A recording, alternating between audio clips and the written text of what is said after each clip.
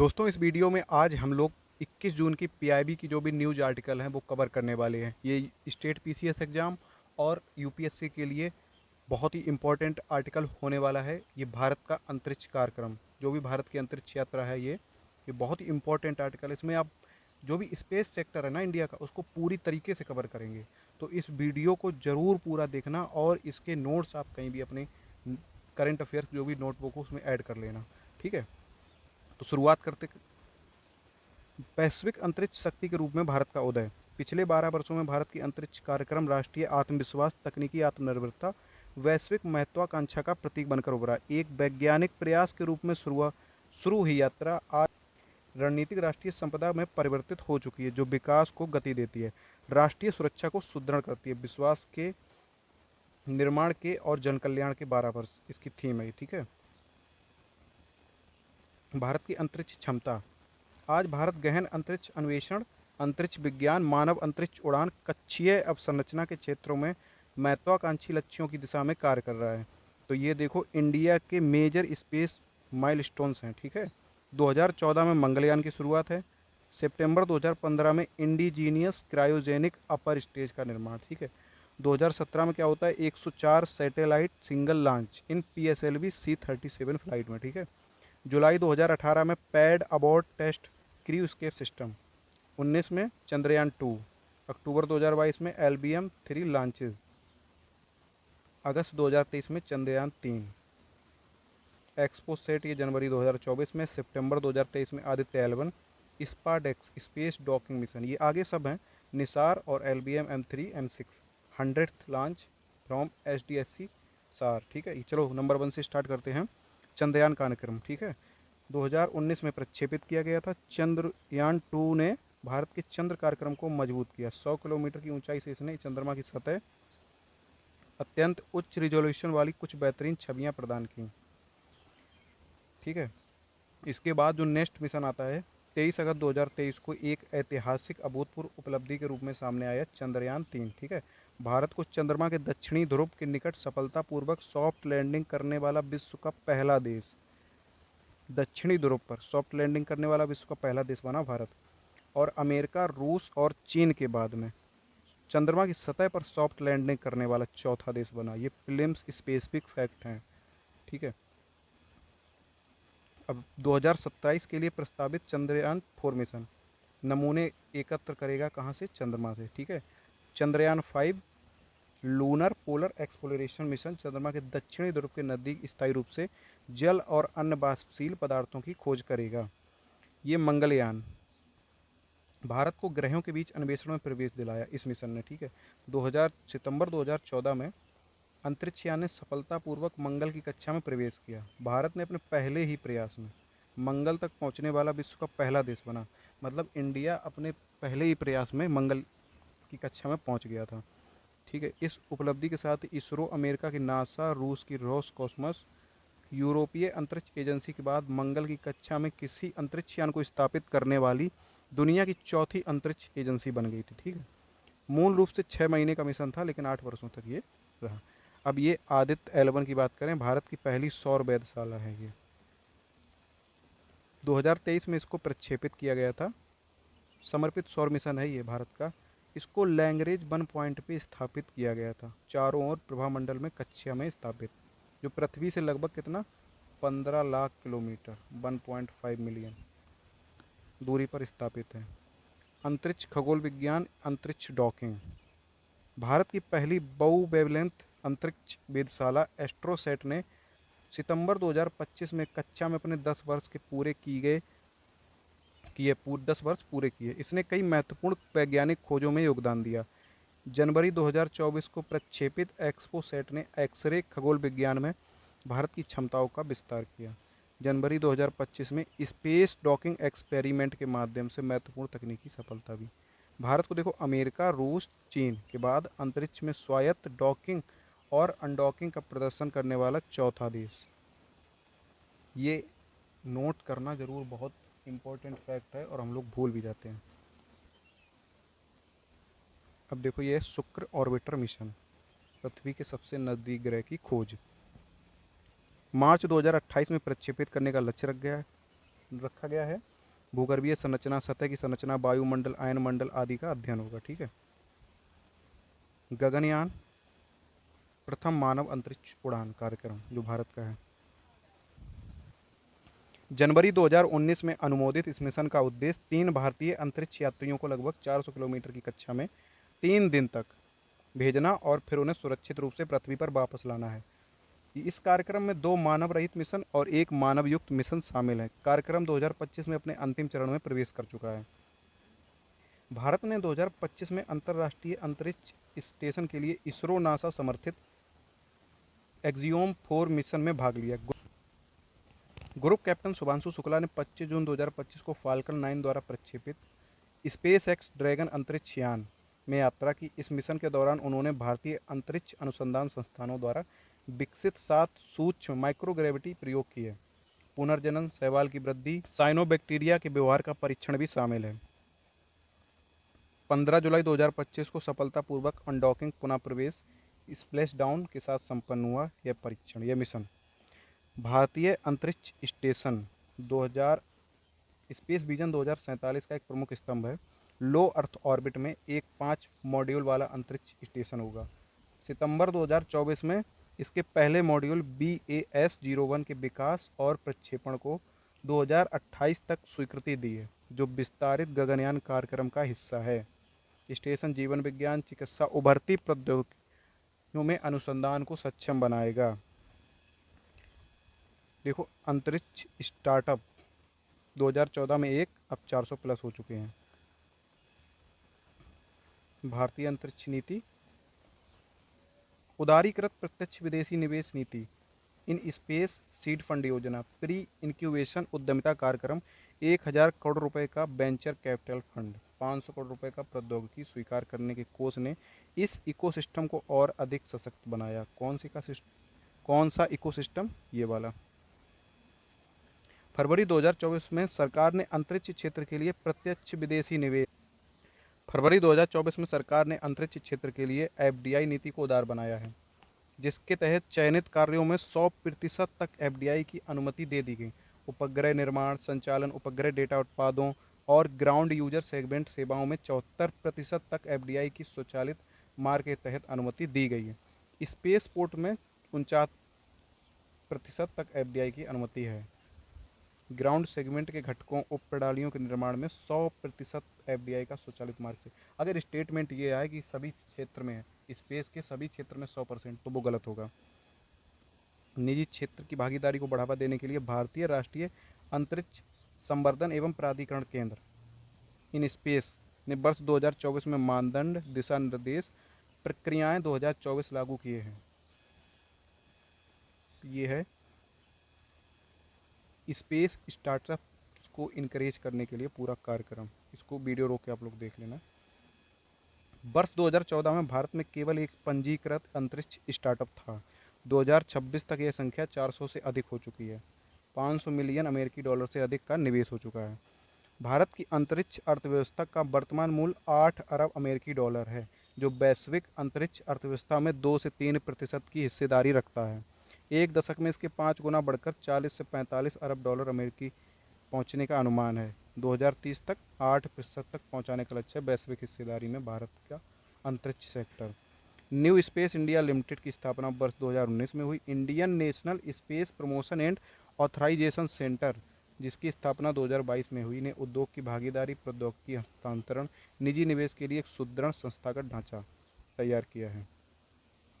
ठीक है। New Space India limited का राजस्व कितना हो गया? 3246 करोड़ यहाँ से। ठीक है। भारत ने PSLV, GSLV और LBM-3 प्रक्षेपण यानों के माध्यम से निम्न पृथ्वी कक्षा लो अर्थ ऑर्बिट में 10 टन, GTO में 4.2 टन उपग्रहों के प्रक्षेपण हेतु अंतरिक्ष परिवहन प्रणालियों में आत्मनिर्भरता प्राप्त कर ली है। सरकार ने नेक्स्ट जनरेशन लॉन्च व्हीकल के विकास को भी मंजूरी दी है, जिसकी क्षमता कितनी होगी? 30 टन। GTO को आप लोग सर्च कर सकते हो गूगल पे कि GTO क्या है। देखो, ये भी इम्पोर्टेंट है। भारत का दूसरा जो space port Kulasekhara पत्तनम space port Tamil Nadu में विकसित हो रहा है। स्मॉल सैटेलाइट लॉन्च व्हीकल की आधारशिला 28 फरवरी 2024 को रखी गई। ठीक है। श्रीहरिकोटा में तीसरे लॉन्च पैड को भी मंजूरी दे दी गई है। इसरो लगातार अंतरिक्ष परिवहन प्रणालियों की अगली पीढ़ी का निर्माण कर रहा है। इलेक्ट्रिक प्रोपल्सन सिस्टम से लेकर उन्नत क्रायोजेनिक सेमी क्रायोजेनिक इंजनों तक ये तकनीकी प्रगति उपग्रह मिशनों की लचीलापन क्षमता, पेलोड प्रदर्शन, लागत दक्षता को उल्लेखनीय रूप से बढ़ाएगी। ठीक है। भारत ने विकास इंजन के उपयोग को प्रतिबंधित या नियंत्रित करने की क्षमता में भी महत्वपूर्ण उपलब्धियां हासिल की, जो रीयूजेबल रॉकेटों मतलब पुनः प्रयोज्य रॉकेटों की ऊर्ध्वाधर टेक ऑफ लैंडिंग क्षमताओं की दिशा में एक महत्वपूर्ण कदम है। रीयूजेबल लॉन्च व्हीकल, पुनः प्रयोज्य प्रक्षेपण यान। इससे क्या है, अंतरिक्ष तक पहुंचने की लागत काफ़ी कम होगी। भारत ने पहले ही महत्वपूर्ण उपलब्धि इसमें हासिल की है। 2016 को श्रीहरिकोटा स्थित सतीश धवन अंतरिक्ष केंद्र, कहाँ पे, यहाँ पे से RLV-TD का सफल उड़ान परीक्षण 2016 में भी कर। अब तक 3 सफल स्वायत्त रनवे लैंडिंग प्रयोग भी पूरे हो चुके हैं। इसरो ने सेमीकंडक्टर लेबोरेटरी चंडीगढ़ के साथ मिलकर उच्च विश्वसनीयता वाले अंतरिक्ष मिशनों के लिए कल्पना 32, बहुत इंपॉर्टेंट है, कल्पना 32 है, के साथ साथ भारत का पहला पूर्णतः स्वदेशी 32 bit space micro processor Vikram 3201 विकसित किया है। ठीक है। ये प्रीलिम्स के लिए बहुत इंपॉर्टेंट है, प्लीज़ नोट डाउन इसको कहीं पे करना ज़रूर। सैटेलाइट जो लॉन्च हुई हैं उसका है ये कुछ डेटा। भारत अपनी पड़ोसी प्रथम नीति के अंतर्गत बिम्स्टेक अंतरिक्ष कार्यक्रम की अगुवाई कर रहा है। North eastern space application centre BIMSTEC देशों के लिए अंतरिक्ष एप्लीकेशनों और उपग्रह प्रौद्योगिकी पर विशेष प्रशिक्षण कार्यक्रम संचालित करता है। भारत ने जलवायु और आपदा प्रबंधन के लिए क्षेत्रीय स्तर पर नैनो उपग्रह, स्थानीय ग्राउंड स्टेशनों की स्थापना और साझा पृथ्वी अवलोकन का भी प्रस्ताव दिया है। ठीक है। तो ये क्षेत्रीय स्तर पर सहयोग, भारत रूस साझेदारी। भारत की रूस के साथ अंतरिक्ष साझेदारी 1975 से आरंभ हुई, जब सोवियत संघ ने भारत के पहले उपग्रह आर्यभट्ट का प्रक्षेपण किया। इसके बाद 1984 में सहयोग और भी बढ़ा, जब wing commander Rakesh Sharma Soyuz T-11 अंतरिक्ष यान से अंतरिक्ष में गए। भारत की पहली मानव अंतरिक्ष उड़ान का मील का पत्थर था। यह जो भारत की पहली मानव अंतरिक्ष उड़ान था उसमें मील का। इसरो और NASA ISRO synthetic aperture radar, जिसे इसरो और नासा ने संयुक्त रूप से विकसित किया है। 2025 में श्रीहरिकोटा से GSLV F-16 रॉकेट द्वारा प्रक्षेपित किया गया। भूमि, हिमनदों, वनों, महासागरों में होने वाले परिवर्तनों की निगरानी करेगा। ऐसे ही इसरो और फ्रांस के बीच सहयोग है। तृष्णा जो है मिशन में परिलक्षित होती है इनकी साझेदारियाँ। ठीक है। Thermal infrared imaging satellite for high resolution natural resource assessment, पृथ्वी की स्थलीय और तटीय क्षेत्रों की उच्च रिजोल्यूशन थर्मल इमेजिंग प्रदान करता है। इसरो और जापान की Chandrayaan 5 LUPEX lunar polar exploration mission, ISRO और जापान एरोस्पेस एक्सप्लोरेशन एजेंसी के बीच एक महत्वपूर्ण सहयोगात्मक परियोजना है। मिशन 2027-28 में जापान के S3 रॉकेट से प्रक्षेपित चंद्रमा के ध्रुवीय क्षेत्र का विस्तृत अन्वेषण करने में इसमें भारत द्वारा विकसित एक लैंडर और जापान द्वारा विकसित एक रोवर। जापान ने क्या विकसित किया इसमें, रोवर। भारत क्या है, लैंडर। ठीक है। नेक्स्ट देखते हैं। ऐसे इसमें यूरोपियन अंतरिक्ष एजेंसी के साथ सहयोग है, ये भी दिए हैं। इटली भारत संयुक्त रणनीति, सऊदी अरब के साथ में। जो इम्पोर्टेंट था वो मैंने ऊपर बता दिया था, बस इतना आप ध्यान रखना कि हाँ इसरो इन देशों के साथ सहयोग कर रहा है। ठीक है।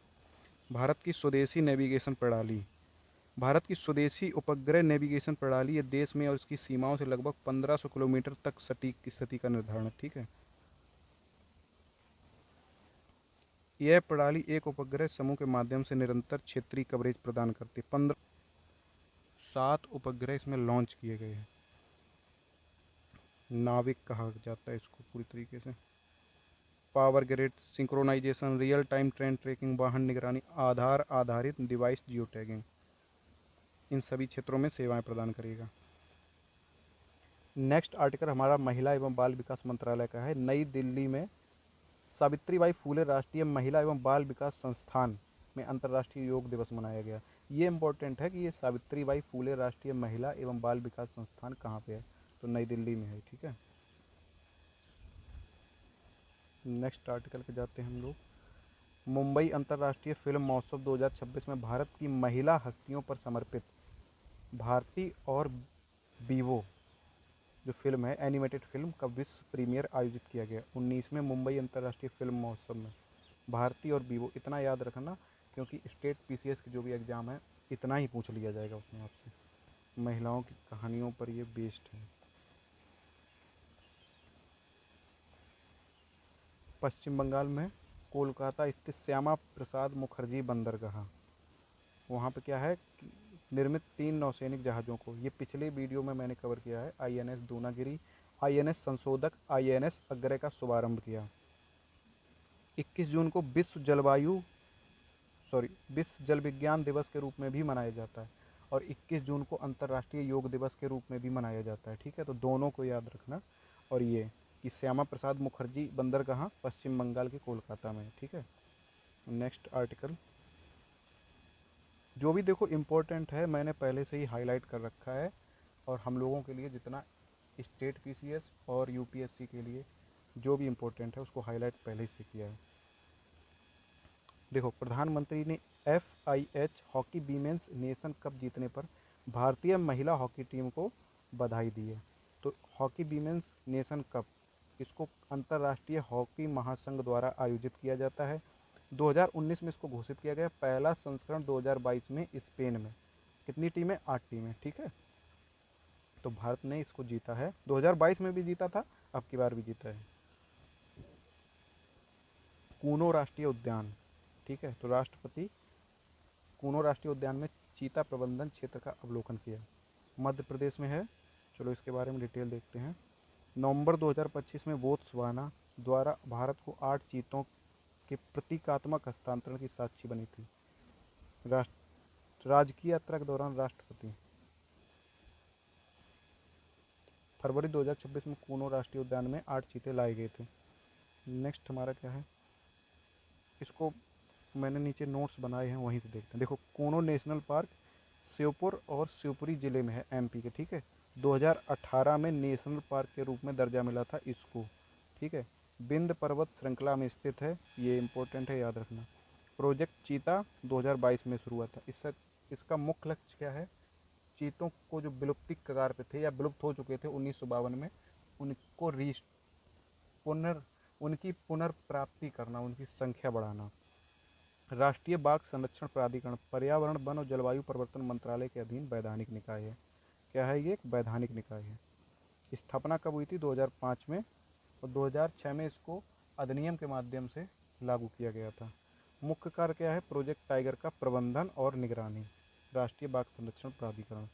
ठीक है, तो दोस्तों अगर वीडियो आपको अच्छा लगा हो तो प्लीज़ लाइक करिए, सब्सक्राइब करिए और सपोर्ट करिए।